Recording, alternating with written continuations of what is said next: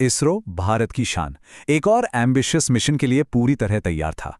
पर इस बार कुछ ऐसा हो गया जिसकी शायद किसी ने उम्मीद भी नहीं की थी। देश का सबसे भरोसेमंद रॉकेट PSLV C62 अपने रास्ते से भटक गया, अपने लक्ष्य तक पहुंच ही नहीं पाया। और सोचिए, ये इस साल का पहला ही लॉन्च था और इसकी नाकामी ने इतने सवाल खड़े कर दिए हैं कि आखिर हुआ क्या था। तो सबसे बड़ा सवाल यही उठता है कि भारत का ये वर्कहॉर्स रॉकेट जो फिर से फेल हुआ है, क्या ये बस एक टेक्निकल ग्लिच था, ऐसा कुछ जो इतने कॉम्प्लेक्स स्पेस मिशंस में हो जाता है, या फिर इसके पीछे कोई और ही कहानी है? क्या ये कोई सोची समझी साजिश हो सकती है? चलिए आज इसी गुत्थी को सुलझाने की कोशिश करते हैं। तो एक मिशन की ये जो रहस्यमयी विफलता है, ये मामला और भी सीरियस इसलिए हो जाता है क्योंकि ये कोई एक बार की बात नहीं है। ये PSLV की लगातार दूसरी नाकामी है। सोचिए, वही PSLV जिसे इसरो का वर्क हॉर्स कहते हैं, जिसकी रिलायबिलिटी, जिसकी भरोसेमंदी की मिसाल दी जाती थी। ये जो पैटर्न है ना, ये सच में चिंता की बात है। देखिए, मई 2025 में मिशन C61 भी ठीक इसी तरह फेल हुआ था और अब जनवरी 2026 में C62 वो भी उन्हीं कारणों से नाकाम हो गया। अब आप ही सोचिए, जब एक ही तरह की गलती बार बार हो तो जाहिर है सवाल तो उठेंगे ही। अच्छा, अब इस नाकामी की जड़ तक पहुंचने के लिए ना सबसे पहले हमें यह समझना होगा कि एक रॉकेट, खासकर PSLV, आखिर काम कैसे करता है। मतलब जब तक हम ये नहीं समझेंगे कि इसके पुर्जे कैसे चलते हैं, हम ये पता नहीं लगा सकते कि गड़बड़ हुई कहां। तो चलिए जरा इसके बेसिक समझते हैं। तो PSLV असल में एक 4 स्टेज लॉन्च व्हीकल है। इसे ऐसे समझिए, स्टेज 1 ये है ब्रूट फोर्स, जमीन से रॉकेट को उठाने के लिए जबरदस्त ताकत। स्टेज 2 ये है प्रिसिजन, रॉकेट को एक खास ऑर्बिट यानी कक्षा में धकेलने का काम। फिर आता है स्टेज 3 जो उसे उसी ऑर्बिट में और तेज रफ्तार देता है। और आखिर में स्टेज 4 जो सैटेलाइट को उसकी सही जगह पर डिप्लॉय कर देता है। अब जाहिर है, मिशन की कामयाबी के लिए इन चारों स्टेजेस का परफेक्टली काम करना बहुत जरूरी है। और हाँ, इन स्टेजेस को पावर देने के लिए ना 2 अलग अलग तरह के फ्यूल का इस्तेमाल होता है। एक है सॉलिड फ्यूल, ये स्टेज 1 और 3 में यूज होता है। इसका काम है रॉ पावर देना, जबरदस्त धक्का, बिल्कुल एक स्प्रिंटर की तरह जो डिपार्ट लाइन से तेजी से निकलता है। और दूसरा है लिक्विड फ्यूल, ये स्टेज 2 और 4 में काम आता है। ये फ्यूल ज्यादा कंट्रोलेबल होता है, प्रिसिजन देता है, जैसे एक सर्जन का सधा हुआ हाथ। दोनों ही अपनी अपनी जगह पर बहुत जरूरी हैं। ठीक है, तो अब जब बेसिक्स क्लियर हो गए हैं तो हम उस पॉइंट पर फोकस कर सकते हैं, वो एग्जैक्ट मोमेंट जहां सब कुछ गड़बड़ हो गया। आखिर इन दोनों मिशंस में प्रॉब्लम आई कहां? पूरी कहानी थ्रस्ट नाम की एक चीज पर टिकी है। अब ये थ्रस्ट क्या है? देखिए, हर रॉकेट न्यूटन्स थर्ड लॉ पर काम करता है। For every action there is an equal and opposite reaction. बहुत सिंपल है। जब फ्यूल जलता है और गैसें तेजी से नीचे निकलती हैं तो उसके रिएक्शन में रॉकेट को ऊपर की तरफ एक जोरदार धक्का लगता है। बस इसी धक्के को थ्रस्ट कहते हैं। और इसका इक्वेशन बहुत सिंपल है।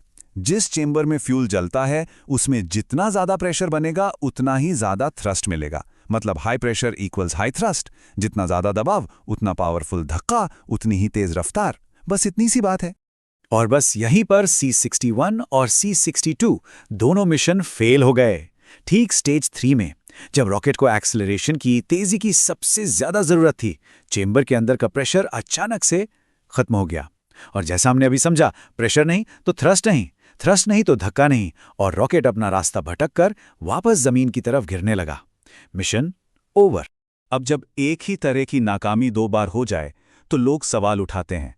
और इसी वजह से एक और थियोरी सामने आई है, सैबोटाज की थियोरी, यानी तोड़फोड़। क्या यह मुमकिन है कि किसी ने जानबूझकर इस मिशन को फेल किया हो, किसी बाहरी ताकत ने? चलिए देखते हैं कि इस थियोरी के सपोर्ट में क्या बातें कही जा रही हैं। इस सैबोटाज थियोरी का जो सबसे बड़ा आधार है वो है C62 का पेलोड, यानी वो सामान जो रॉकेट अपने साथ ले जा रहा था। इसमें एक बहुत खास सैटेलाइट थी जिसका नाम था अन्वेषा। ये कोई आम सैटेलाइट नहीं थी, इसे DRDO ने बनाया था सर्वेलेंस के लिए, यानी निगरानी रखने के लिए। और ये खास तौर पर भारत की टॉप इंटेलिजेंस एजेंसीज रॉ और NTRO के लिए बनाई गई थी। तो तर्क ये दिया जा रहा है कि इतनी जरूरी स्ट्रेटेजिक एसेट को नाकाम करने का मोटिव किसी के पास हो सकता है। लेकिन जैसा कि कहते हैं, हर कहानी के 2 पहलू होते हैं। अब जरा सिक्के का दूसरा पहलू देखते हैं।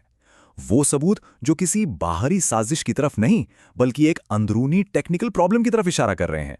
तो जो लोग सैबोटाज की थ्योरी को नहीं मानते, उनका क्या कहना है? पहली और सबसे मजबूत बात, फेलियर पॉइंट दोनों बार C61 और C62 में गड़बड़ ठीक एक ही जगह हुई, स्टेज 3 में। ये पैटर्न किसी मैन्युफैक्चरिंग डिफेक्ट या डिजाइन फ्लॉ की तरफ इशारा करता है, साजिश की तरफ नहीं। दूसरा, टेलीमेट्री डेटा, मतलब जो सिग्नल रॉकेट से जमीन पर आ रहा था, उसमें हैकिंग या किसी भी छेड़छाड़ का कोई निशान नहीं मिला। और देखिए, सच तो यह है कि ऐसी टेक्निकल प्रॉब्लम्स दुनिया की बड़ी बड़ी स्पेस एजेंसीज के साथ भी होती हैं, नासा हो, ESA हो या रॉसकॉस्मॉस। और अब तक सैबोटाज की बात को सपोर्ट करने के लिए कोई भी ठोस सबूत सामने नहीं आया है। तो वजह चाहे जो भी हो, सैबोटाज हो या टेक्निकल फॉल्ट, नतीजा एक ही है, फेलियर। और ये नाकामी, रीजन कुछ भी हो, इसरो और भारत के पूरे स्पेस प्रोग्राम के लिए एक बहुत बड़ा सेटबैक है। चलिए समझते हैं कि इसका असर कितना गहरा हो सकता है। जरा इस नंबर को देखिए, 50%। 50%। ये इसरो के पिछले 6 मिशंस का फेलियर रेट है। मतलब पिछले 6 में से 3 मिशन नाकाम रहे हैं। अब सोचिए, एक ऐसी एजेंसी जिसकी पूरी दुनिया में रिलायबिलिटी के लिए एक रेपुटेशन है, उसके लिए ये आंकड़ा कितना ज्यादा चिंताजनक है।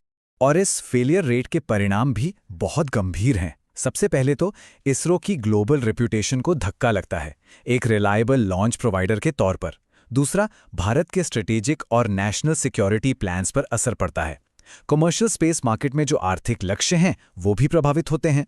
और शायद सबसे जरूरी, ये इसरो के अपने इंटरनल क्वालिटी चेक्स और ओवरसाइट पर बड़े सवाल खड़े करता है।